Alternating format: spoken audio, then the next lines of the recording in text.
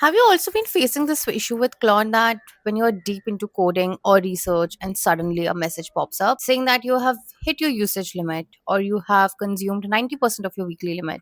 I am Charu, and at times I make content that might require a longer attention span. Well, that message isn't random. It's actually Claude's way of telling you that Anthropic is running out of GPU power for you in that moment. So here's what really happening behind the scenes. When you send a prompt to Claude, your text is broken into tiny pieces called tokens. Those tokens are then fed into a huge AI model running on thousands of very expensive GPUs in a data center.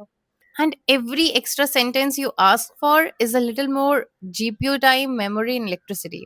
Multiply that by millions of users doing it at the same time. You have hit a hard ceiling on how much compute Anthropic can really afford to burn. So, if I have to break it down, it would be more prompts lead to more tokens, which lead to more GPU seconds, which lead to higher cost. And limits are how Anthropic stops that cost from exploding. Very interestingly, this is where Elon Musk comes in. So, Anthropic has just signed a deal with SpaceX to use all the compute at its Colossus 1 data center in Memphis.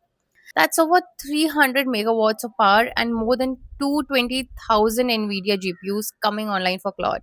And for scale, these aren't gaming GPUs. Each one costs more than a car, and 330 megawatts is roughly the power usage of a small city, burning just to answer prompts. And because of that extra compute, Anthropic has already doubled Claude Code's 5-hour limits for Pro, Max, Teams, and enterprise users. Users' perspective, this giant pile of new GPUs and power from SpaceX should show up as fewer limit reached messages, longer and heavier sessions where Claude just keeps working.